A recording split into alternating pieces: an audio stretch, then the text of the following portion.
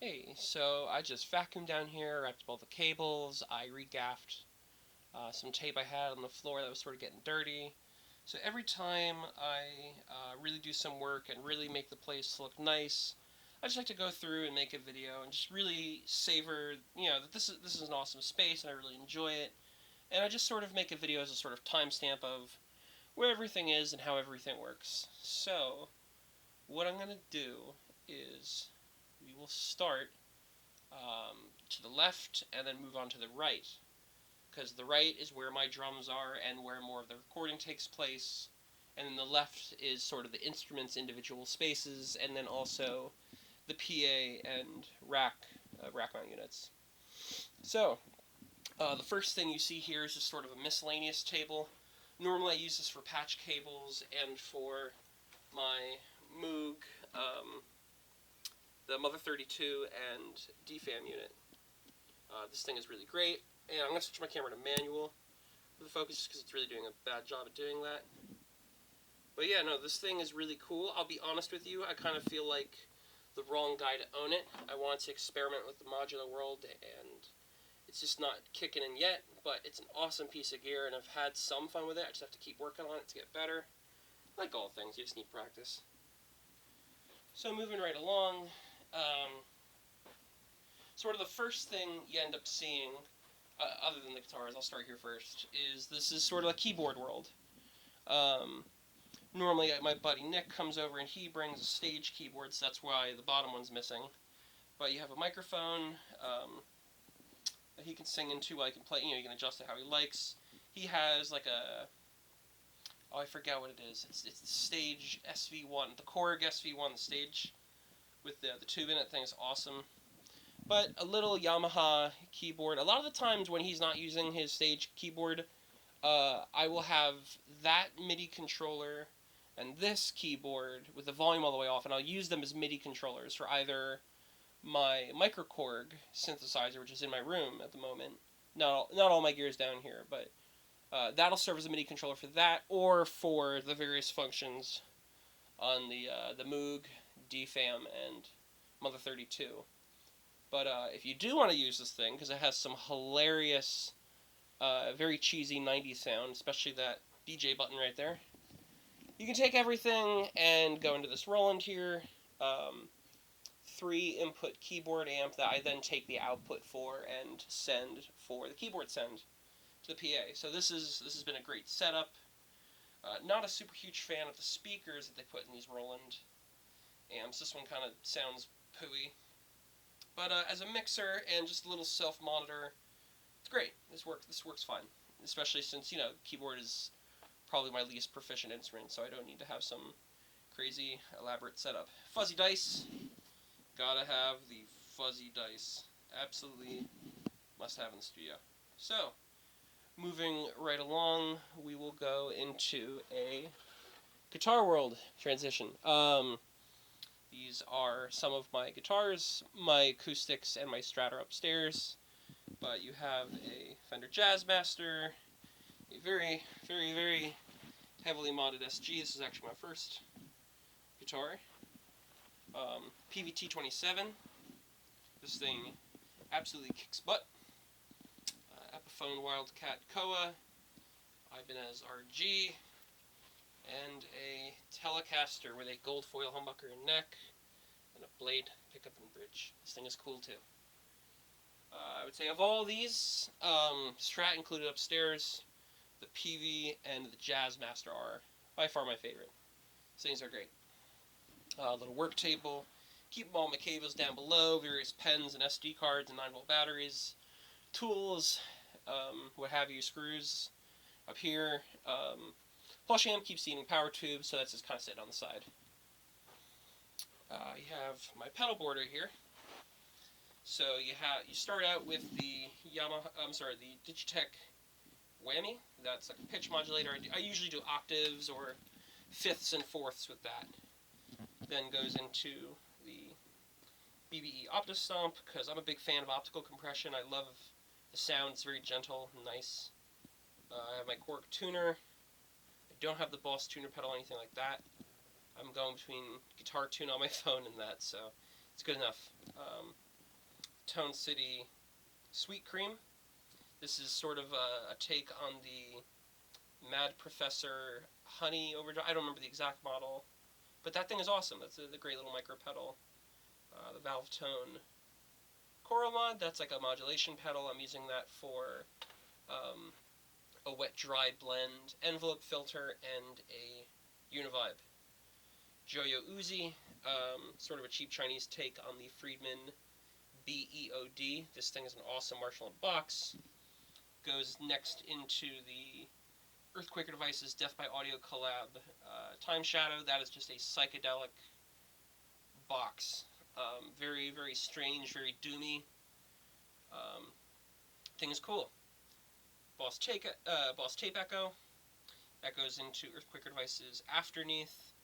And that goes into Boss Looper RC30. The thing is great. And then behind it is a wall of little miscellaneous tool, like, DI boxes and, strings and my various guitar pedals. I have a ton of different stomp boxes to work with. This is really great for putting colors together. So, with the pedal board, the way this works is this output is coming out from the Boss Looper, right, going into this Electro Harmonix switchblade. This thing is great. It's a passive pedal. The only thing that you really need power for is the LED if you want it. It's an ABY. You can have it either an A, coming out of A, B, or A and B, which is what I do.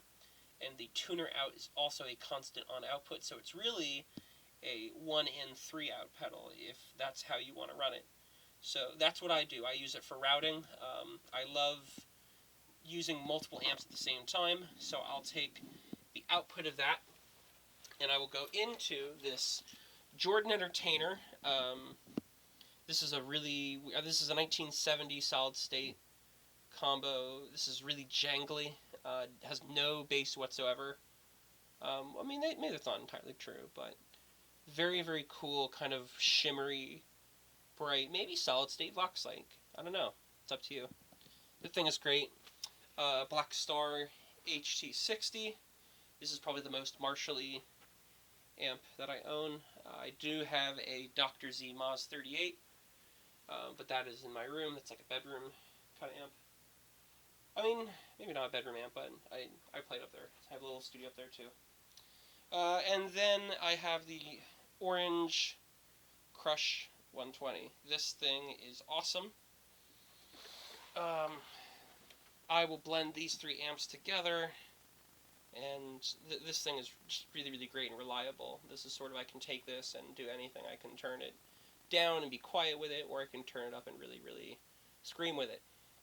And then this is a custom cabinet, which I got for free, which is nice. But I loaded it with Celestian greenbacks and Celestian G12Hs. So this thing sounds great for classic rock. Which, classic rock, hard rock, those are the kind of tones that are going on down here. A lot of, kind of Deep Purple, Black Sabbath, just kind of jammy classic rock. That's really what's going on down here. Shout out to this microphone, which is also the microphone that I have for the keyboard mic. If you're singing, these are the Audio-Technica ATM 63 HEs. These things are really, really great. They don't make them anymore, but they do have a newer model, the ATM 500. These things are great, and in this kind of environment, whereas you can see, the PA is behind it. Like, the PA is behind it. The idea of singing in here would be a nightmare if you couldn't play with these super tight pickup pattern hypercardioid mics. These are really, really great. I love them. They sound fantastic. Nice, strong, solid, clean output. Moving right along from Guitar World, you have Bass World. Both of my basses are upstairs. I have a mid-90s Mexican Fender Precision and a 2018 Guild Starfire 2 bass. They both go through this Fender Rumble 350, an absolute tank of a solid-state head. This thing is great. So the signal flow goes into this Eden World Tour DI preamp. Absolutely fantastic. Can't say enough nice things about this pedal. I take a DI out of here for sort of just direct box-like tones. Then I go into this Maxon AF9, which is an envelope filter, and then I go from that into a Electro-Harmonix bass Big Muff. I think it's great. Go right into here, right? And then the only other thing I have is I'm taking advantage, or was taking advantage, it's not hooked up now, but I was taking advantage of the effects loop on the amp to have a equalizer pedal, just to add a little bit of brightness and try to get as close as I can to a pseudo-tube tone with this thing. So I take the output of the DI pedal from here, and then I take the output of the amp. So this is sort of if I just want the bass with a little bit of tone, added to a little bit of compression. Then I'll take out from the amp if I want the amp's EQ and all of the wet pedals into it. This is a 70s Yamaha guitar head. I'm not using it right now, but this is just here. This thing's great. This thing is absolutely fantastic. Cheap amp, but sounds great. 70s. If I didn't have that orange and needed a sort of throw it in the back of van touring amp, this would definitely be a nice substitute. So that Fender Rumble 350 is going into early 2000s Gallien-Kruger Gold line, 410s. This cabinet is great. Unfortunately, I'm probably going to sell it this year because I can't fit it into the doors of my Honda Civic. It can't fit in my trunk, can't fit into the back seat. I need to be able to take a cabinet places. I need to be self-sufficient. So I'm going to sell this, and I have an acoustic 115 cabinet upstairs, which I'll use instead. And honestly, I don't mic this thing very much anyway, so it has served its purpose for the last, probably 10, 11 years. Probably. Yeah, something like that. I'm getting old. The other thing I have right next to it is this Fender Rumble 15. I love the Fender Rumble series. I know these are cheap, but shit, I'm just used to it and they sound nice, so be it. You can sort of blend. I think this is either like an 8 or a 6. I'm going to say this is an 8.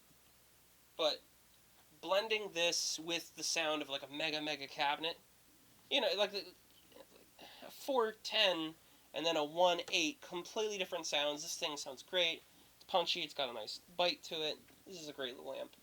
So that's sort of fun to mix together. That would be if I wanted to take the output here and go from XLR into TS. You could do that and then stick a mic in front of it. So that's very fun. So now, every audio technician ever says, do not look behind the rack. It is absolute spaghetti back there. Sorry, Mom. Is what it is. So, Yamaha MG20XU. This is a great console. This does everything and anything I need it to.